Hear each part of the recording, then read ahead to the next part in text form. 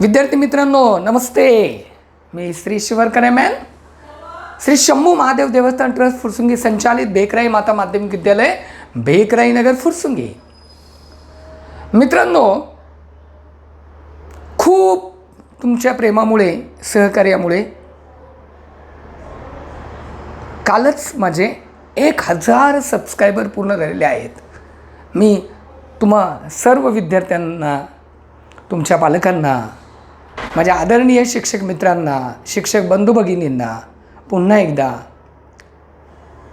शतशः प्रणाम करतो आणि आजच्या ह्या 10वीच्या क्वाड्रॅटिक इक्वेशन भाग 3ला सुरुवात करतो. क्वाड्रॅटिक इक्वेशन मागच्या लेक्चर्समध्ये मित्रांनो आपण क्वाड्रॅटिक इक्वेशन कशाला म्हणायचं, वर्ग समीकरण कशाला म्हणायचं, वर्ग समीकरणाची जी मुळं आहेत ती मुळं कशी येतात, solution of the quadratic equation म्हणजे नेमकं काय असतं याचा अभ्यास केलेला होता. दिलेलं क्वाड्रॅटिक इक्वेशन स्टँडर्ड फॉर्ममध्ये कसं लिहायचं, त्याच्यावरनं आपण ABCच्या व्हॅल्यू कशा काढायच्या याचाही अभ्यास बाळांनो आपण क्वाड्रॅटिक इक्वेशन वर्ग समीकरणे भाग 2मध्ये केलेलं होतं. आणि बाळांनो आज आपण जातोय क्वाड्रॅटिक इक्वेशन सोडवायचं कसं या भागाकडे. आता मित्रांनो क्वाड्रॅटिक इक्वेशन सोडवण्याच्या तुमच्या 10वीच्या पुस्तकामध्ये 3 पद्धती आहेत. त्यातली पहिली पद्धत आहे अवयव पद्धत. इंग्रजीमध्ये त्याला म्हणूया आपण फॅक्टोरायझेशन मेथड. दुसरी पद्धत आहे कंप्लीट स्क्वेअर मेथड, पूर्ण वर्ग पद्धत. आणि तिसरी मेथड आहे बाळांनो फॉर्म्युला मेथड म्हणजे सूत्र पद्धत. आजच्या या लेक्चरमध्ये तुम्हाला अवयव पद्धतीचा अभ्यास करायचा आहे, फॅक्टोरायझेशन मेथडचा अभ्यास करायचा आहे. आता मी तुम्हाला विनंती असे करेल बाळांनो, पहिल्यापासून शेवटपर्यंत हे पूर्ण लेक्चर बघा आणि अवयव पद्धत म्हणजे फॅक्टोरायझेशन मेथड तुमची अभ्यासून व्हायलाच पाहिजे. फक्त त्यासाठी तुम्ही वेळ द्या, एकाग्रतेने पहा, नोट्स काढा, पुन्हा उदाहरणं सोडवून बघा. आणि परत एकदा अजून एक विनंती, जर अद्यापही चॅनल सबस्क्राईब केलं नसेल तर चॅनल सबस्क्राईब करा, बेल आयकॉनवर क्लिक करा आणि सर्व व्हिडिओ बघून झाल्यानंतर कमेंट्समध्ये कमेंट करायला विसरू नका. नाही कळलं तरी कमेंट करा, कळलं तरी कमेंट करा, सूचना असेल सूचना करा. तो अधिकार बाळांनो तुमचा आहे, तुमच्या पालकांचा आहे, तुम्हाला सर्व शिक्षक मित्रांचा आहे. त्यामुळे या सर्व सूचनांचं स्वागत केलं जाईल आणि त्यामुळे मी माझ्यामध्ये प्रोग्रेस करेल. बरोबर. निश्चितपणे माझा हा समोर बसलेला विद्यार्थी आणि त्यांचे आदरणीय पालक हे निश्चितपणे अभ्यासाला चांगलं वातावरण निर्माण करून देणार आहेत. चला आता या फॅक्टरायझेशन मेथडमध्ये म्हणजे ज्याला आपण मराठीमध्ये अवयव पद्धत म्हणतो याच्यामध्ये जर विचार केला, आता बघा मी इथे वर्ग समीकरणाचे 3 प्रकार मांडतोय. I write the quadratic equation in 3 forms. First one is x square plus bx plus c is equal to 0. This is first form. Second form x square plus bx is equal to 0. आणि मित्रांनो तिसरा जो form आहे तो आहे x square plus c is equal to 0. म्हणजे अवयव पद्धतीचा मी जेव्हा विचार करतोय, when I think factorization method, तेव्हा मी या ठिकाणी या 3 टाईपमध्ये तो पूर्ण प्रॅक्टिस सेट विभागणार आहे. जे तुम्हाला 7व्या 8व्या इयत्तेमध्ये शिकवलं गेलंय, 9व्या इयत्तेमध्ये शिकवलं गेलंय, त्याची थोडीशी उजळणी आपण करूया. We have to revise this topic. which you learned in 7th standard, 8th standard, 9th standard. See in this quadratic equation. या क्वाड्रॅटिक इक्वेशनमध्ये जर बाळांनो पाहिलं तर दिस इज मल्टिप्लिकेशन. याला आपण म्हणतो गुणाकार. मल्टिप्लिकेशन म्हणजे मल्टिप्लिकेशन कोणाकोणाचं करायचं आहे? This A and this C, that is called multiplication. Multiplication करताना या एक्स स्क्वेअरचं कोइफिशियंट आणि इथली कॉन्स्टंट टर्म याचं आपण मल्टिप्लिकेशन करणार आहोत. That is called a into c. If this multiplication having plus sign, हे जे मल्टिप्लिकेशन आहे त्या मल्टिप्लिकेशनचं साईन प्लस असेल, प्लस असेल तर याचे दोन जे फॅक्टर पडत आहेत ते सेम असायला पाहिजेत, समान असायला पाहिजेत. आता मी मिडल टर्म का जाईल?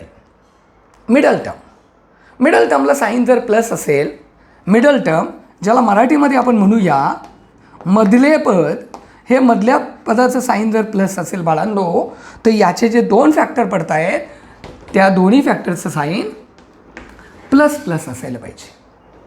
कारण तुम्हाला माहिती आहे plus into plus is equal two plus. तुम्हाला माहिती आहे plus into plus is equal two plus, plus into plus is equal two plus. धन गुणिले धन बरोबर धनच. आता हे मिडल टर्म जर बाळांनो मायनस असेल तर याचे जे दोन फॅक्टर पडतात त्या दोघांची चिन्हे मायनस मायनस असायला पाहिजे, समानच पण मायनस मायनस असायला पाहिजे. Because you know that minus into minus nothing but plus. ऋण गुणिले ऋण बरोबर धन. म्हणजे हा एक छोटासा नियम की जो तुम्ही 7व्या इयत्तेत शिकलात.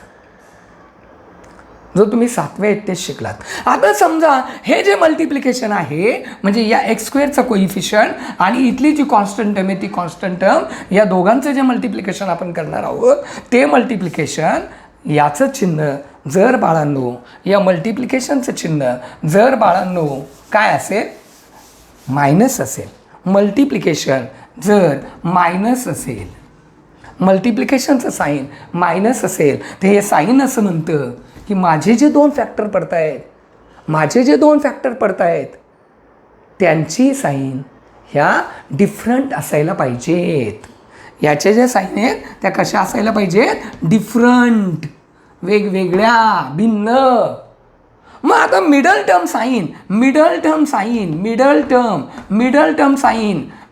साईन जर बाळांनो प्लस असेल तर त्यातला जो मोठा फॅक्टर आहे तो येतो प्लस आणि त्यातला जो छोटा फॅक्टर आहे तो येतो बाळांनो मायनस. मिडल टर्मची साईन जर बाळांनो मायनस असेल, मिडल टर्मची साईन मधल्या पदाचं चिन्ह जर मायनस असेल तर यातला जो मोठा फॅक्टर आहे त्याचं साईन येतं मायनस आणि छोटा जो फॅक्टर आहे त्याचं साईन येतं plus. These rules are very important for solving such a type of quadratic equation. म्हणजे मला जेव्हा अशा प्रकारच्या क्वाड्रॅटिक इक्वेशनला सॉल्व करायचं आहे, मला एक्सची व्हॅल्यू फाइंड आउट करायची. We have to find out the roots of this quadratic equation. We have to find out the solution of this quadratic equation of such a type of equation. Then we have to follow this rule of sign. जेव्हा मी अशा पद्धतीचं वर्गसमीकरण सोडवणार आहे तेव्हा मला हे rule follow करायचे आहेत. हे रूल बेसिक आहेत, हे रूल आले पाहिजेत, हे लक्षामध्ये घ्या. आणि हे आलं की मग पुढचं एकदम सोपं आहे. Because this is basic. आता मी प्रत्यक्षामध्ये एक्झाम्पलला जातोय. Take the screenshot. प्रत्यक्षात एक्झाम्पल विचारात घेतोय. या टाईपमध्ये तुमच्या प्रॅक्टिस सेट 2.2 मधला पहिला जो प्रॉब्लेम आहे बाळांनो त्या पहिल्या प्रॉब्लेमचा विचार करूया आपण. पहिला प्रॉब्लेम आहे प्रॅक्टिस सेट 2.2. त्याच्यातला पहिला प्रॉब्लेम आहे x square minus 15x plus 54 is equal to 0. X square minus 15x plus 54 is equal to 0. X वर्ग वजा 15x अधिक 54 बरोबर 0. मल्टिप्लिकेशन आता लक्षात घ्या. Here 54, here 1 into 54 nothing but 54. And this 54 having sign plus.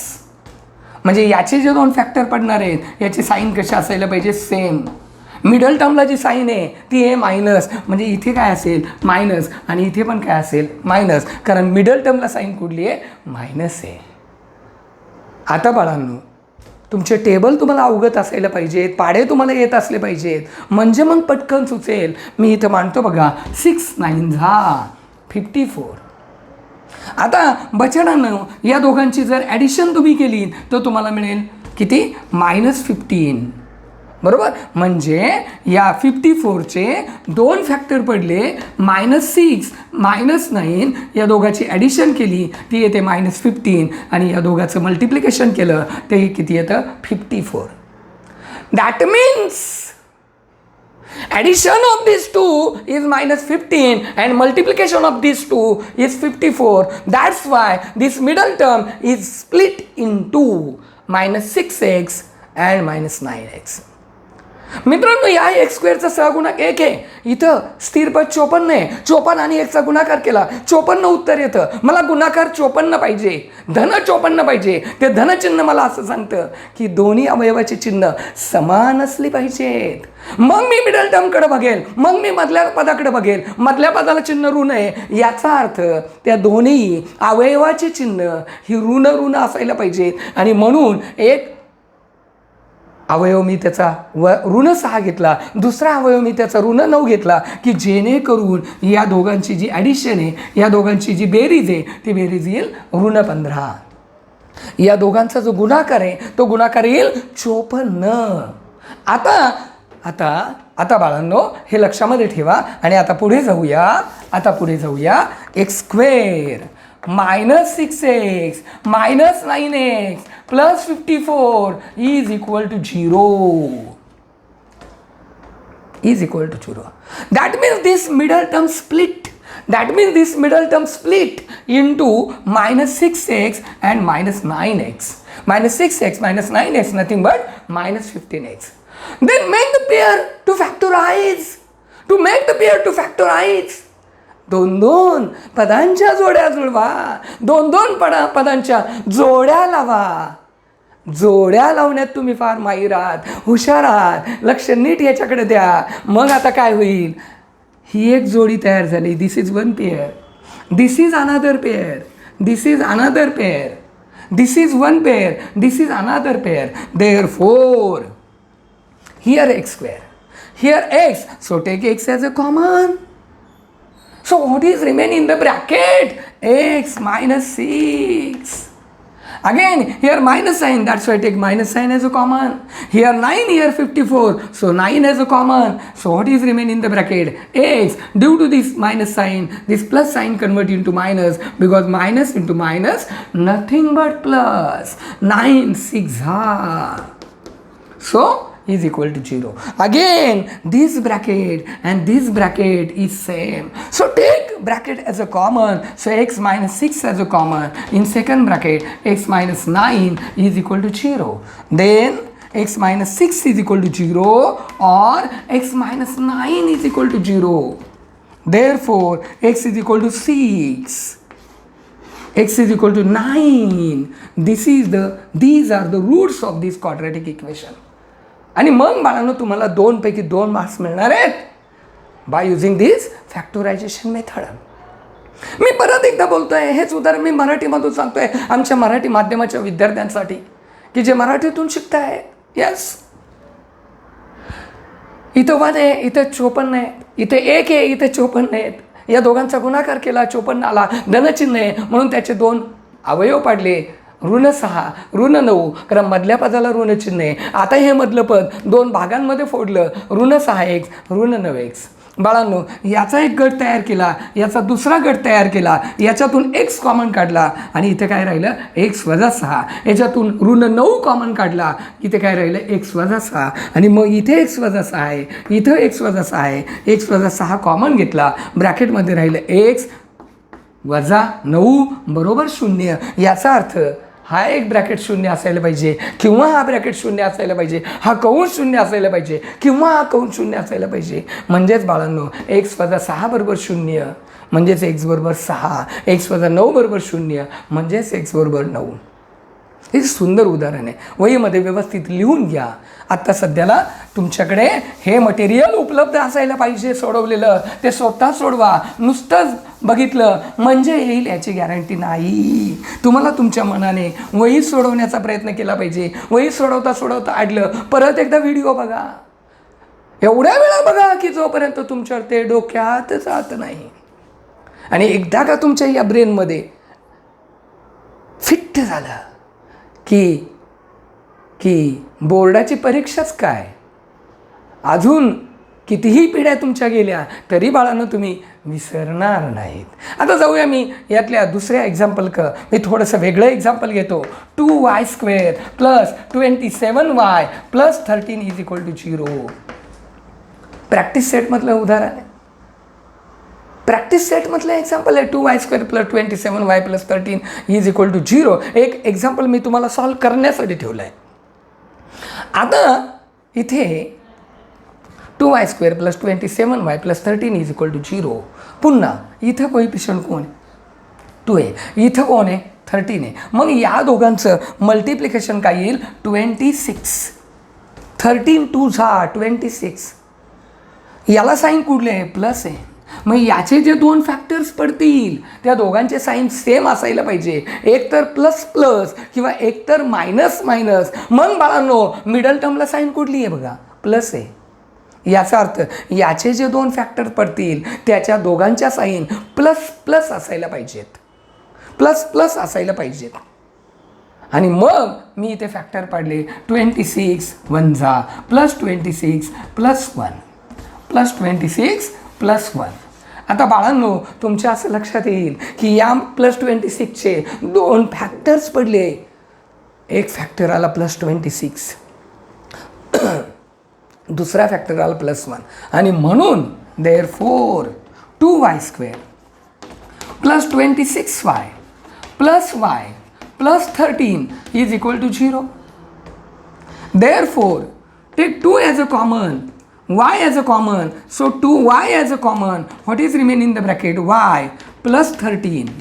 Again from these two terms who is common? 1 is common, so what is remaining in the bracket? Y + 13 = 0. Again this bracket is common, therefore y + 13 is common. What is remaining in the second bracket? 2y + 1 = 0. Therefore y + 13 = 0 or 2y + 1 = 0. Therefore y = -13. हा +13 तिकडे गेल्यावर काय झाला? Minus. 2y +1 convert into -1 and y -1 divided by 2. हे आलं. This is the solution. These are the roots of this quadratic equation. मला मराठीत प्रत्येक स्टेप सांगायची गरज नाही. जरी मराठी माध्यमाचे विद्यार्थी असले तरीसुद्धा त्यांना समजून जाईल. हा 27y 2 भागांमध्ये वाटला. 26y + 10 + y. या दोघांची एक जोडी तयार केली. या दोघांची एक जोडी तयार केली. या दोघांमधून 2 कॉमन घेतला. या y वर्ग आणि y मधला y कॉमन घेतला. ब्रॅकेटमध्ये राहिलं y + 13. इथे या दोघांमध्ये एकही घटक कॉमन नाही आहे म्हणून एक कॉमन घेतला. कंसात आलं y + 13. इथं y + 13 आहे, इथं y + 13 आहे म्हणजे कंस सारखा आहे म्हणून कॉमन आला. आणि मग ब्रॅकेटमध्ये राहिलं 2y + 1. हा कंस तरी एकतर 0 असायला पाहिजे किंवा हा कंस 0 असायला पाहिजे म्हणून y + 13 = 0 म्हणजेच y = -13. 2y + 1 = 0 म्हणजेच बाळाला 2y = -1 म्हणजेच y = -1/2. ही त्याचे काय झाले? सोल्युशन. उकल रूट्स म्हणजे मुळं त्या वर्ग समीकरणाचे. आता त्याच्यामध्येच आपण पुढच्या उदाहरणाकडे जाऊया. त्याच उदाहरणांमध्ये आपण पुढच्या उदाहरणाकडे जाऊया. फार सुंदर उदाहरण मी घेतो आहे. त्यातले मधले 2 एक्झाम्पल मी तुम्हाला सोडवायला ठेवतो आणि त्याच्या पुढचं एक एक्झाम्पल घेतो आहे. मी एक्झाम्पल असं घेतलं 2x² - 2x + 1/2 = 0. प्रॅक्टिस सेट 2.2 मधलं उदाहरण आहे. त्याच्या अगोदरचं एक्झाम्पल तुम्हाला सॉल्व करायला ठेवलं आहे. लक्षात घ्या. नाही सोडवता आलं तर कमेंट बॉक्समध्ये टाका. आपण तुमच्यापर्यंत त्याचं उत्तर निश्चितपर्यंत येईल. आता बघा याचा डिनॉमिनेटर 2 आहे. इथं छेदस्थानी 2 आहे म्हणजे हा अपूर्णांक आहे.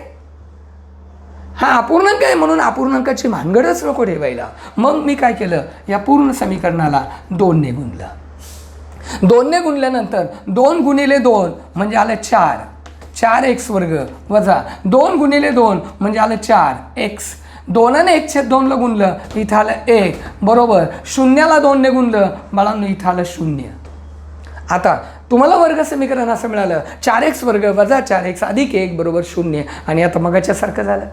आता इथं स्थिर पद जे आहे ते 1 आहे. सहगुणक जो आहे तो 4 आहे. 4 गुणिले 1 त्याचा गुणाकार केला उत्तर 4 येतं. आता या 4चे 2 अवयव आपल्याला असे पाहिजेत, 2 अवयव असे पाहिजेत की जेणेकरून त्याच्या गुणाकाराचं चिन्ह धन आलं पाहिजे आणि मधल्या पदाचं चिन्ह ऋण आलं पाहिजे. म्हणून मी अवयव पाडतो 2 दुने 4 ऋण 2 ऋण 2. हे लक्षात ठेवा, हे लक्षात घेण्याचा प्रयत्न करा. 4चे 2 अवयव पडले ऋण 2 ऋण 2, जेणेकरून मला बेरीज ऋण 4 मिळाला पाहिजे आणि गुणाकार 4 मिळाला पाहिजे. मग आता काय घडेल, 4x वर्ग वजा 2x वजा 2x अधिक 1 बरोबर 0. आता मित्रांनो ही एक जोडी तयार झाली, ही दुसरी जोडी तयार झाली. आता या 2 जोड्यांचा मी जर विचार केला, इथं 4 आहे इथं 2 आहेत, मी 2 कॉमन घेतला. इथं x वर्ग आहे इथं x आहे, x कॉमन घेतला. आता कंसात काय आलं 2x वजा 1. इथं ऋण 2x आहे इथं अधिक 1 आहे, ऋण 1 कॉमन आला. कंसात काय आलं 2x वजा 1 बरोबर 0. आता बाळांनो इथं 2x वजा 1 आहे इथं 2x वजा 1 आहे, म्हणजे दोन्ही ठिकाणी हे सारखाच कंस आहे. हा सारखा असलेला कंस कॉमन घेतला 2x वजा 1. इथं काय आलं 2x वजा 1 बरोबर 0. आता हे 2x वजा 1 इथं पण 2x वजा 1 बरोबर 0. म्हणजेच 2x वजा 1 बरोबर 0 किंवा ज्याला आपण ऑर म्हणूया किंवा म्हणूया 2x वजा 1 बरोबर 0. म्हणजे 2x बरोबर 1. म्हणजेच बाळांनो इथे काय येईल 2x बरोबर 1 म्हणजेच x बरोबर 1/2. इथं जर याला सोडवलं तर इथे काय येईल 2x बरोबर 1 म्हणजेच x बरोबर 1/2 हे त्याचं काय असेल. दोघांपैकी एक मांडा खालच्या स्टेपला. So listen again. In the denominator place there is 2. So multiply whole the equation by 2. After multiplying it by 2, what you get? 2 into 2 that is 4. 2 into 2 that is 4. 2 into 1 by 2 that means 1. So you get the quadratic equation 4x square minus 4x plus 1 is equal to 0. Then again 4 into 1 means 4. We have to factorize this 4 as we get middle term minus 4.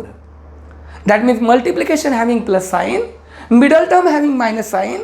So factorize this 4 as minus 2 minus 2. Minus 2 and minus 2 addition here. When you take addition of these 2 you get minus 4, and when you take multiplication of these 2 you get plus 4. That's why this middle term split as minus 2x minus 2x. Then there are 4 terms 1 2 3 4. Make the pair of these two terms, make the pair of these two terms, make the pair of these another 2 terms, then take 2x as a common, write in bracket 2x minus 1. Here minus 1 is common. What is remaining in bracket 2x minus 1. Again here 2x minus 1. Here also 2x minus 1. Take 2x minus 1 as a common. So what is remain? 2x minus 1 in the second bracket is equal to 0. Then 2x minus 1 is equal to 0 or 2x minus 1 is equal to 0. Therefore 2x is equal to 1. That means x is equal to 1 by 2. 2x minus 1 is equal to 0. Therefore 2x is equal to 1. Therefore x is equal to 1 by 2. This is the solution of the given quadratic equation. So very simple. Again there is such a type of example, but you solve this example as yourself. I take new example, new type of example in this. That is, this is also very important example for you. So listen. Root 2 x square plus 7x plus 5 root 2 is equal to 0. वर्गमुळात 2x वर्ग अधिक 7x अधिक 5 वर्गमुळात 2 बरोबर 0. मित्रांनो घाबरायचं काही कारण नाही आहे. मेथड तीच आहे, पद्धत तीच आहे, काही वेगळी पद्धत मी करत नाही आहे. बघा, who is the coefficient root 2. Who is the constant term? 5 root 2. Take the multiplication of these two, that is root 2 into 5 root 2, that equal to 10. How? 5 root 2 into root 2, nothing but 2, 2 5s are 10. Then this 10 factorize as this 10 having plus sign, this middle term having plus sign, so 5 2s are 10. 5 2s are 10, this 5 having plus sign, this 2 having plus sign, both having addition, that is plus 7. Plus 5 plus 2, nothing but plus 7, plus 5 into plus 2, nothing but 10. दोघांचा गुणाकार केला 10 ला पाहिजे, दोघांची बेरीज केली 7 आली पाहिजे मित्रांनो. येस, अगदी बरोबर. आणि मग आता route 2x², split this middle term as plus 5x plus 2x plus 5 root 2 is equal to 0. Again there are 4 terms. 1, 2, 3, 4. So make the group of these. So this is one group, this is another group. Then here x², here x, who is common? X, because here root 2, here 5, nothing is common, but x², x is common. What is remain in the bracket? Root 2x plus 5 plus.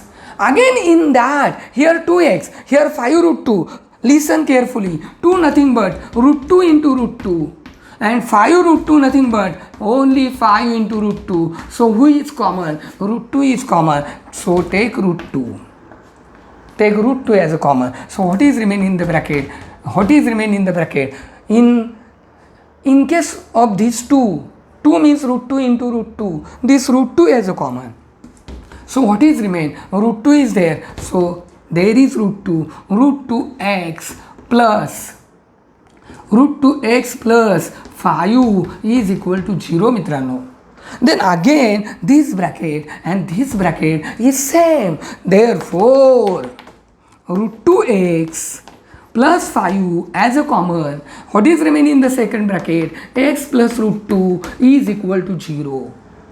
Therefore root 2x plus 5 is equal to 0 or x plus root 2 is equal to 0. Then I put this in bracket, I put this in this rectangle. So therefore again root 2x is equal to minus 5. Therefore x is nothing but minus 5 divided by root 2. Here x is equal to minus root 2 and this is your solution. Such way there are this type of examples which are very very very very simple to solve. म्हणजे बाळांनो x² plus bx plus c is equal to 0 या title खालची ही आपण सर्व example पाहिलीत. आता मी दुसरा type बघतो त्याच्यामधला की ज्याच्यामध्ये काय नाही आहे, ज्याच्यामध्ये काय नाही आहे असा विचार आपण करूया. ज्याच्यामध्ये कॉन्स्टंट टर्म नाही आहे अशा क्वाड्रॅटिक इक्वेशनचा आपल्याला विचार करायचा आहे. म्हणजे x² plus bx is equal to 0चा विचार करायचा. हे क्वाड्रॅटिक इक्वेशनच आहे पण त्याच्यामध्ये कॉन्स्टंट टर्म नाही आहे, त्याच्यामध्ये कॉन्स्टंट टर्म नाही. मग अशा क्वाड्रॅटिक इक्वेशनचे फॅक्टर पाडायला विचारले गेले तर मगाच्या पद्धतीचा विचार करायचा का? अजिबात नाही. त्याच्याही पेक्षा सोपं काम आहे. बघूया एक एक्झाम्पल घेऊन. बघा 7m² is equal to 21m. म्हणजेच बाळांनो 7m² minus 21m is equal to 0. How many terms are there? Only two. So take common 7 as a common, m² as a common. What is remaining in the bracket? m minus 3 is equal to 0. Therefore 7m is equal to 0 or m minus 3 is equal to 0. Therefore m is equal to 0 divided by 7, that means m is equal to 0 and here m minus 3 is equal to 0. Therefore m is equal to 3. मित्रांनो या प्रकारच्या उदाहरणामध्ये स्थिर पद नाही आहे आणि जेव्हा स्थिर पद नसेल तेव्हा तिथे फक्त 2च पदांचा समावेश असतो आणि मग त्या 2 पदांमधून स्थिर पद नसलेल्या 2 पदांमधून आपल्याला कॉमन काढता येईल आणि कॉमन घेऊन आपण उत्तर काढू शकतो या पद्धतीने. 7m वर्ग बरोबर 21m, हा 21m तिकडे नेला, प्लसचा मायनस झाला, 7m वर्ग वजा 21m बरोबर 0. दोघांमधून 7m कॉमन घेतला, m वजा 3 बरोबर 0. 7m बरोबर 0 किंवा हा कंस काय असेल 0. म्हणजे हा 7 इथे गुणिले बाळांनो, इकडे आल्यावर काय झाला भागिले, म्हणजे m बरोबर 0 भागिले 7 म्हणजेच m बरोबर काय आलं 0. कारण 0 नावाच्या संख्येला 0 सोडून कोणत्याही संख्येनं भागलं तर उत्तर 0च येतं मित्रांनो. m वजा 3 बरोबर 0, m बरोबर 3 हे त्याच्यातलंच एक उत्तर. आता अजून एक टाईप मी घेतोय त्याच्याचमध्ये अवयव पद्धतीने उदाहरण सोडवायचं कसं, याच्यातलं शेवटचं उदाहरण, शेवटचा टाईप जर बघितला, मी इथं लिहिलं, हे सुद्धा वर्गसमीकरण आहे मित्रांनो. हे वर्गसमीकरण आहे की ज्याच्यामध्ये कोण नाही, मधले पद नाही. The quadratic equation contains no middle term, म्हणजे मिडल टर्म जरी असेल तरी त्याचा जो कोइफिशियंट आहे तो 0 आहे. मग मला हे उदाहरण वेगळ्या पद्धतीने सोडवता येईल का, असा विचार आपण करूया. असा विचार आपण करूया. बघा बाळांनो, अगदी सोपं काम आहे. 25m² - 9, अगदी सोप्या पद्धतीने सोडूया. 25m² हा -9 ऑलरेडी तिकडे होता, तो प्लस झाला, म्हणजेच m² इज इक्वल टू 9. हा 25 मल्टिप्लाय आहे, तिकडे गेल्यावर काय होईल डिवाइड. आता by taking square root on both sides. मग काय येईल बाळांनो, इथे m इज इक्वल टू m²चं रूट आलं m, आणि कोणत्याही रिअल नंबर, पॉझिटिव्ह रिअल नंबरचं रूट घेताना एक रूट प्लस येतं आणि दुसरं रूट मायनस येतं. अगदी बरोबर आहे, यस. म्हणजे एक रूट प्लस आलं, दुसरं रूट मायनस आलं, आणि इथं 9चं वर्गमूळ 3 आणि 25चं वर्गमूळ 5. Therefore m is equal to 3 divided by 5 और m is equal to -3 divided by 5. That is your answer. ही झाली एक मेथड. या पद्धतीने सोडवण्याची ही एक मेथड झाली. जर त्याच्यामध्ये मिडल टर्म नसेल, मधलं पद नसेल, तर आपल्याला या पद्धतीनं ते उदाहरण सोडवायचं आहे. आता लक्षात घ्या, मी उदाहरण घेतोय वेगळं, पण सोडवतोय मात्र वेगळ्या पद्धतीने. अशा टाईपचं उदाहरण वेगळ्या पद्धतीने सोडवतोय, म्हणजे एक उदाहरण जादा होऊन जाईल आपलं. बघा, m² - 11 इज इक्वल टू 0. तुमच्या या प्रॅक्टिस सेटमधलं शेवटचं एक्झाम्पल असावं, m² - 11 is equal to 0. m² - 11 is equal to 0. मित्रांनो, मगाच्या पद्धतीने पण सुटेल, पण अजून एक मेथड तुम्हाला समजावी, कळावी, यावी म्हणून मी हे वेगळ्या पद्धतीने सोडवतोय. बघा, मी असं म्हणलं m² - √11² इज इक्वल टू 0. कारण 11 ही संख्या कोणाचाही वर्ग नाही आहे, म्हणून तिला रूटमध्ये मांडलं. √11² म्हणजे 11, वर्गमुळात 11चा वर्ग म्हणजे 11. आता तुमच्याकडे इयत्ता 7वीचा सुंदर असा फॉर्म्युला तुमच्या मेंदू नावाच्या भागात आहे. बघा, मेंदू उचकटून बघा, त्याच्यात सापडेल तुम्हाला. हा गेल्या वर्षी वापरला आहे, त्याच्या गेल्या वर्षी वापरला आहे. a² - b² nothing but a + b × a - b. a वर्ग वजा b वर्ग बरोबर a अधिक b गुणिले a वजा b. आता बाळांनो, याचा उपयोग आपल्याला इथे करायचा आहे, म्हणजे m + √11 in second bracket m - √11 is equal to 0. Therefore m + √11 is equal to 0 और m - √11 इज इक्वल टू 0. आता मित्रांनो, हा +√11 तिकडे न्या, म्हणजे m इज इक्वल टू येईल m is equal to root minus, हा प्लसचा काय झाला minus, m is equal to -√11, आणि इथे m इज इक्वल टू हा मायनसचा तिकडे गेल्यावर काय होईल प्लस. आणि अशा पद्धतीने आपल्याला या प्रश्नाचं उत्तर मिळेल. यातले काही उदाहरणं मी तुमच्यासाठी आवर्जून सोडवण्यासाठी ठेवलीत. यूट्यूबचं लेक्चर व्यवस्थित बघा, निश्चितपणे तुम्हाला ते समजेपर्यंत बघा, आणि जे जे प्रॉब्लेम मी सोडवायचे ठेवलेत ते सोडवण्याचा प्रयत्न करा. जे मी इथं सोडून दाखवलेत तेही सोडवण्याचा प्रयत्न करा. प्रत्येक प्रॉब्लेमला 3 मार्क द्या. 10 प्रॉब्लेम सोडवायला घ्या, त्याला 30 गुण द्या, 1 तास वेळ लावा, 1 तासात आपल्याला ते सुटले पाहिजेत असा विचार करा. निश्चितपणे ही टेस्ट तुम्हाला जमेल. निश्चितपणे तुम्ही अभ्यास कराल, कारण तुम्हाला प्रत्येकाला गणितामध्ये मार्क्स मिळवायचे 100. धन्यवाद.